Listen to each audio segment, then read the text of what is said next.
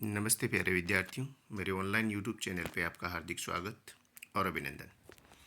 आज हम बात करेंगे कार्यपत्रक 55, 56 और 57 की।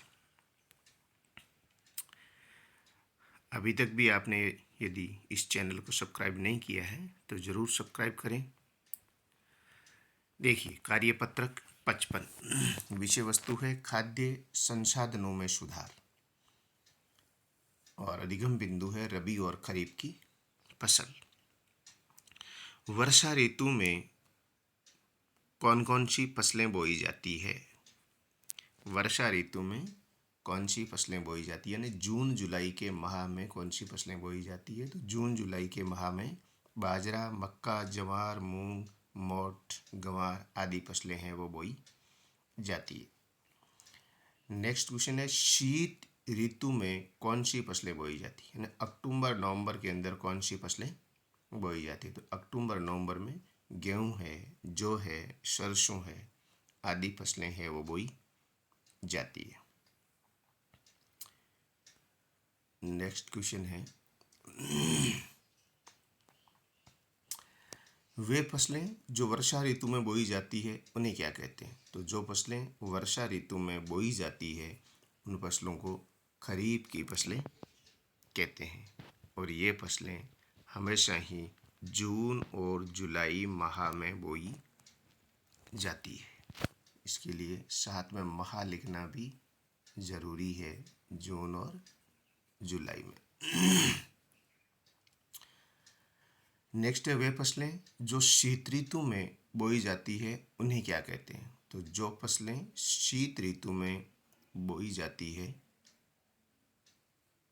वो रबी की फसलें कहलाती है और ये रबी की फसलें हैं वो हमेशा ही अक्टूबर और नवंबर माह में बोई जाती है। तो ये बहुत छोटी क्लास का क्वेश्चन है। वैसे खरीफ की फसलें किसे कहते हैं, उदाहरण लिखिए। रबी की फसलें किसे कहते हैं, उदाहरण लिखिए। ये छोटी क्लास का क्वेश्चन है, फिर भी अपने कोर्स में है तो इनको याद भी करना है, इनके एग्जाम्पल भी याद करने हैं जैसे ऊपर वाले दोनों क्वेश्चनों में दिए हुए हैं। साथ में इसमें माह लिखना भी ज़रूरी होता है कि जो खरीफ की फसलें हैं वो जून जुलाई माह में बोई जाती है और रबी की फसलें हैं वो अक्टूबर नवंबर माह में बोई जाती है। नेक्स्ट क्वेश्चन है रबी की फसल और खरीफ की फसल के मौसम के मध्य मार्च से जून माह के बीच कौन सी फसलें बोई जाती हैं? यानी रबी और खरीफ की फसलों के मध्य में, बीच में, मार्च से लगाकर जून के महीने में जो फसलें बोई जाती है उन फसलों को क्या कहते हैं? तो मार्च से जून के महीने में जो फसलें बोई जाती है उन फसलों को जायद फसलें कहते हैं। उन फसलों को कौन सी फसलें कहते हैं? जायद फसलें कहते हैं। और नेक्स्ट क्वेश्चन में जायद फसलों के उदाहरण भी पूछे हैं कि जायद फसलों के नाम बताइए। तो कौन कौन सी है वो जायद फसलें होती है? तो ककड़ी है, तरबूज है, खीरा है, खरबूजा है, ये जायद फसलें होती है। ये सभी जो उदाहरण हैं वो किनके हैं? जायद फसलों के होते हैं। तो हमारे क्षेत्र में 3 प्रकार की फसलें बोई जाती है, रबी की फसलें, खरीफ की फसल और जायद की फसल। तीनों के उदाहरण और तीनों है वो कौन से सीजन में बोई जाती है, उसमें कौन सा माह होता है, ये तीनों चीज़ें अपने को याद करनी है। नेक्स्ट क्वेश्चन है यदि गेहूं को वर्षा ऋतु में बोया जाए तो क्या होगा? गेहूं है वो रबी की फसल है और हम शीत ऋतु में बोते हैं। क्वेश्चन हमारा ये कह रहा है कि यदि इसको गर्मी के मौसम में, वर्षा ऋतु का जो मौसम होता है उस समय बो दिया जाए तो क्या होगा? तो गेहूं की फसल को, गेहूं की फसल को कम पानी और कम तापमान की आवश्यकता होती है। कम तो पानी होना चाहिए, तापमान भी कम होना चाहिए। वर्षा ऋतु में क्या होता है, पानी की प्रचुरता और ताप भी अधिक मिलता है, तो ये फसलें क्या हो जाती है, नष्ट हो जाती है। तब ये फसलें क्या हो जाती है, नष्ट हो जाती है। इसको कम पानी कम तापमान की आवश्यकता होती है। वर्षा ऋतु में तापमान भी अधिक होता है और पानी की मात्रा भी अनियमित और अधिक होती है, इसलिए उस समय इस फसल को नहीं बोया जा सकता। यदि बोते भी हैं तो इनका अंकुरण संभव नहीं है, और अंकुरण हो भी जाता है तो इनकी वृद्धि संभव नहीं है, और वृद्धि भी यदि कुछ समय मौसम है वो अनुकूल रहता है तो हो भी जाती है, तो उसमें प्रोडक्शन नहीं होता है, वृद्धि नहीं होती है, ग्रोथ नहीं होती है। नेक्स्ट क्वेश्चन है, धान को शीत ऋतु में क्यों नहीं बोया जाता है? तो धान को अधिक जल और अधिक तापमान की आवश्यकता होती है, और शीत ऋतु में कम तापमान और कम पानी से वृद्धि नहीं होगी और फसल जल करके नष्ट हो जाएगी। तो दोनों ही अपने निश्चित मौसम में ही बोए जाते हैं।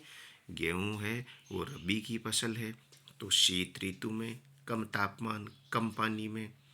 धान की फसल है वो खरीफ की फसल है, तो अधिक तापमान और अधिक पानी में बोई जाती है। यदि इसी अनुकूलता के अलावा यदि हम इसको मौसम देते हैं तो इनमें वृद्धि नहीं होती है, और ये यदि अंकुरण हो भी जाता है तो जल करके नष्ट हो जाती है।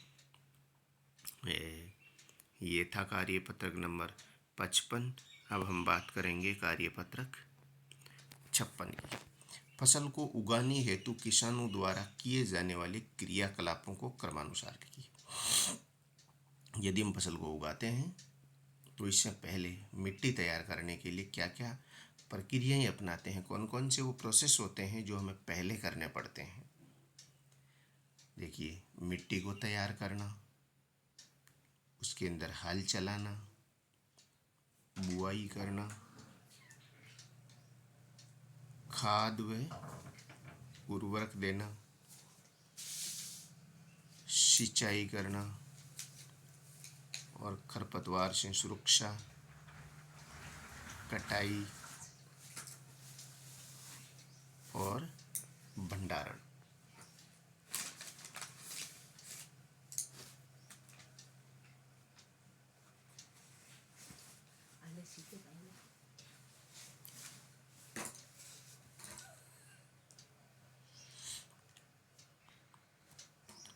तो ये थे फसल उगाने की प्रोसेस। 8 प्रकार के प्रोसेस है वो पहले करने पड़ते हैं, इससे फसल है उसका अंकुरण है वो सही तरीके से और ग्रोथ है वो सही तरीके से होती है।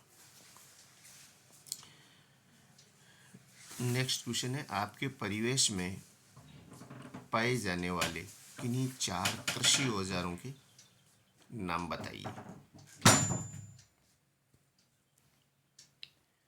तो खुरपी, कुदाली, फावड़ा और कुल्हाड़ी, ये 4 कृषि औजार हैं। बुआई से पहले मिट्टी को तैयार करने के लिए आवश्यक प्रमुख औजार कौन कौन से हैं? बुआई से पहले मिट्टी तैयार करने के लिए तो हल और कल्टीवेटर। इसके बाद बुआई में इस्तेमाल किए जाने वाले औजारों के नाम बताइए। तो बुआई के अंदर सीड ड्रिल काम में ली जाती है और परंपरागत कीप है वो काम में लिया जाता है।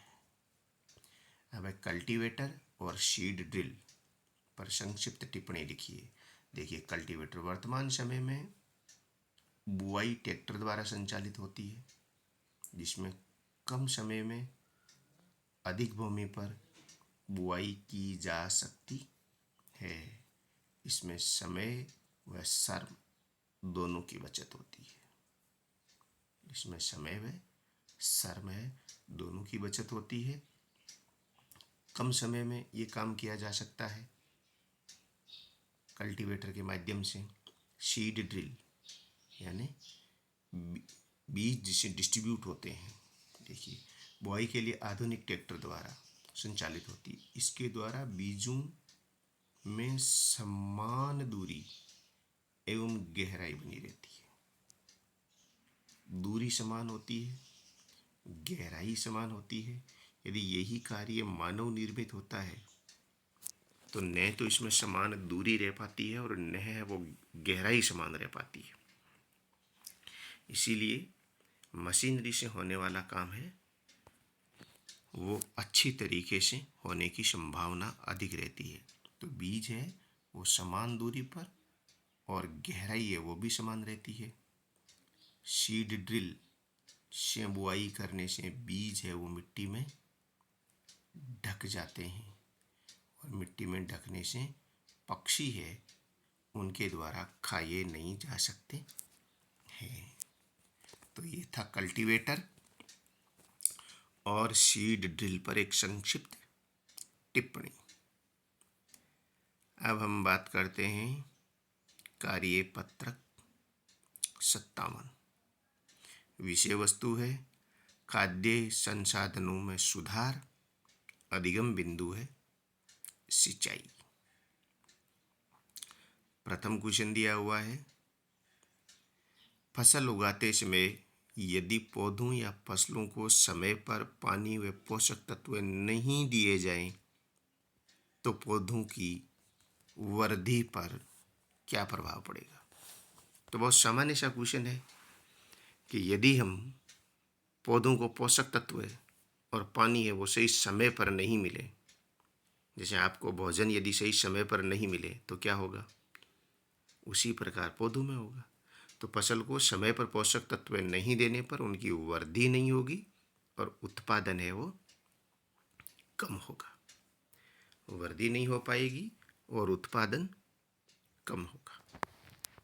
नेक्स्ट क्वेश्चन है, आपके गांव या शहर में सिंचाई के कौन कौन से स्रोत उपलब्ध हैं। किन्हीं 4 के नाम लिखिए जिनके माध्यम से सिंचाई की जाती है। तो पहला है कुआं, नलकूप, नदी और तालाब। ये सिंचाई के स्रोत हैं। कुएं से पानी प्राप्त करके सिंचाई की जाती है, नलकूप से की जाती है, नदी से और तालाब से। ये सिंचाई के स्रोत हैं। नेक्स्ट क्वेश्चन है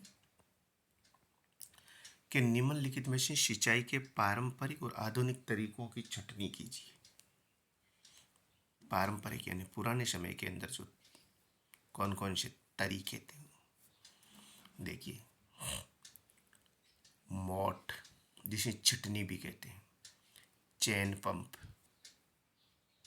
या ठेकली या ढेगली भी कहते हैं इसको। ये पारंपरिक तरीके थे, ट्रेडिशनल टाइप्स थी सिंचाई करने की। वर्तमान के अंदर छिड़काव तंत्र, स्प्रिंकलर सिस्टम, फुहारा पद्धति,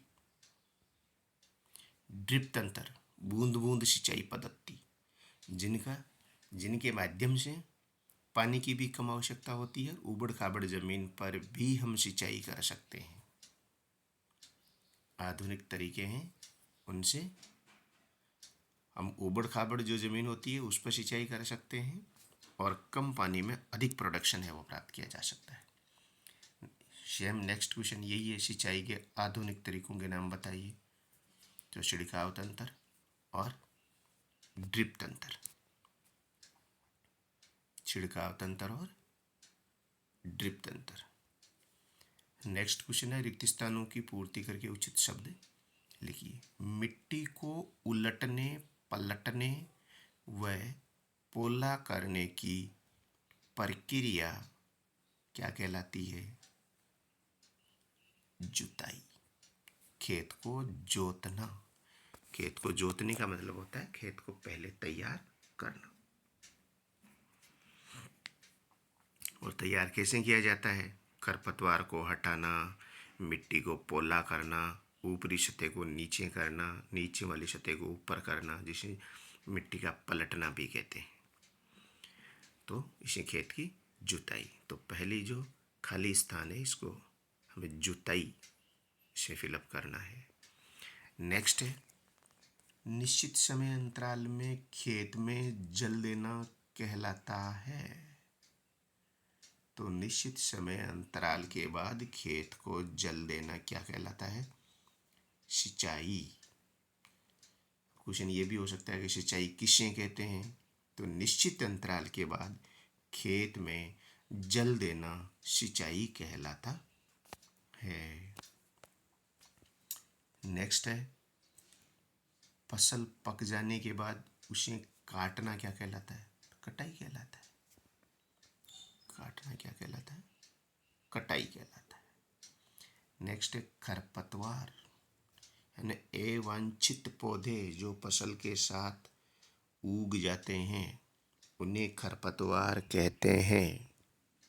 अवांछित पौधे जो फसल के साथ उग जाते हैं उन्हें खरपतवार कहते हैं। खरपतवार को हटाने की प्रक्रिया निराई कहलाती है। खरपतवार को हटाने की प्रक्रिया है वो निराई कहलाती है। हटाया कैसे जाता है? उसको किसान के द्वारा उखाड़ कर बाहर फेंक दिया जाता है, या दवाइयों के माध्यम से उनको जलाया जा सकता है, या काट करके उसको हटाया जा सकता है। ये सारी प्रक्रियाएं निराई कहलाती है। ये थे आज के 3 कार्यपत्रक। तो आप इनको अपनी कार्य पुस्तिका के अंदर फिलअप भी करें, उनको याद भी करें, क्योंकि केवल लिखने से कुछ नहीं होगा, याद करने से होगा। क्योंकि परीक्षा के अंदर आपको बिना देखा लिखना है, इसलिए साथ साथ प्रत्येक कार्यपत्र को आप याद करते जाएं और अच्छा लिखते जाएं। जो भी चित्र हैं उनको बार बार बना करके आप उनकी प्रैक्टिस ज़रूर करें। Thank you.